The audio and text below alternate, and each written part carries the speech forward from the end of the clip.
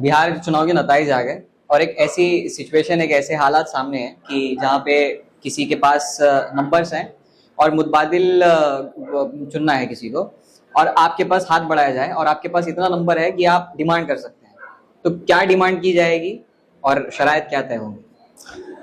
मेरा डिमांड अभी तक है धारा 371 के तहत सीमांचल डेवलपमेंट काउंसिल बनाओ।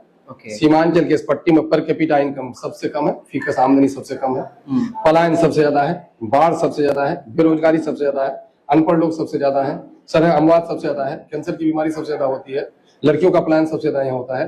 तो मेरी हालत सुधर नहीं सकती है जब तक के डेवलपमेंट पॉलिसी नहीं बनाया जाए। नंबर 1 मुतालबा हमारा ये होगा। नंबर 2 हमारा ये होगा कि बिहार के लेवल पर जो महरूम तबकात हैं उनको वाजिब हिस्सेदारी उनकी तय की जाए। नंबर 3 मेरा मुतालबा होगा, जो नंबर 1 से भी अहम है, वो ये है कि कानून का राज यहाँ पर है। आइन ने जिनको जो हुकूक दिए हैं, आइन के हुकूक की पूरी तौर पर पासदारी। मिनिस्ट्री कैबिनेट में जगह नहीं चाहिए हमें? वो हमने कभी भी, मेरे कौमी सदर ने अब की बार भी कह दिया कि जाके कह दो कि 6 सीट दे दे, ये भी कह दो हुकूमत बने तो वजारत हमको नहीं चाहिए। आज भी मैं कहता हूँ मुसलमानों को राष्ट्रपति बनाने से ज्यादा चपरासी भी अगर बना दो, मेरे जायज हुकूक, मेरे नाम यहाँ लोगों को तुमने बना दिया और यहाँ चपरासी में भी उनको नौकरी नहीं दे रहे हो। जब तक पूरी कौम की सियासी समाजी हालत अच्छी नहीं होगी, 1-2 आदमी ऊपर की कुर्सी में बैठ भी जाएंगे तो कौम का भला होने वाला नहीं है। मैं मास के मुफाद पर बात कर रहा हूँ। आपको चाहिए कि नहीं चाहिए? नहीं, मुझको वजारत नहीं चाहिए, मुझको वजारत नहीं चाहिए। आपको नहीं लगता इख्तियारात की मुझको वजारत नहीं चाहिए। मुझको सीमांचल और बिहार के महरूम तबकात के लिए इंसाफ चाहिए। वजारत के लिए अगर मैं होता, लहरों में बह लेता तो मैं भी महलों में रह लेता, लेकिन मैंने महलों में रहने का आदी अपने को नहीं बनाया।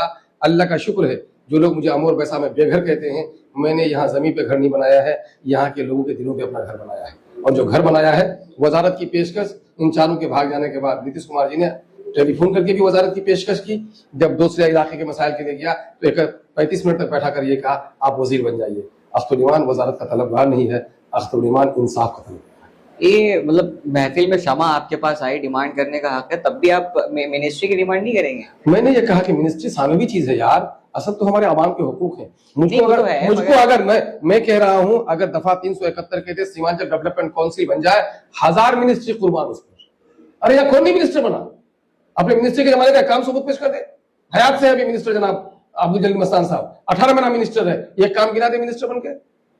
क्या किया इन लोगों ने? हमारे किशनगंज का एमएलए, कोजाधमन का एमएलए, उस जमाने में कोजाधमन नहीं था, किशन असेंबली लगा था, ठाकुर का एमएलए, बहादुर का एमएलए, सब लोग मिनिस्टर बना। बता दे काम नहीं, अगर आपको मिलेगी तो इख्तियारात में तोसी होगी ना। तो इख्तियारात को नहीं, मेरे अंदर अगर प्रेशर होगा, मामला होगा तो मिनिस्टर से ज्यादा काम होगा। मिनिस्टर बनूंगा तो एक डिपार्टमेंट का बनूंगा, मिनिस्टर नहीं बनकर अगर मैं अपने डिमांड को बनवा लिया तो सारी मिनिस्ट्री का काम होगा। अब चाबुक लेके खड़े रहने में ज्यादा बिलीव करते? नहीं, पहरेदार बनना चाहता हूँ। चलिए।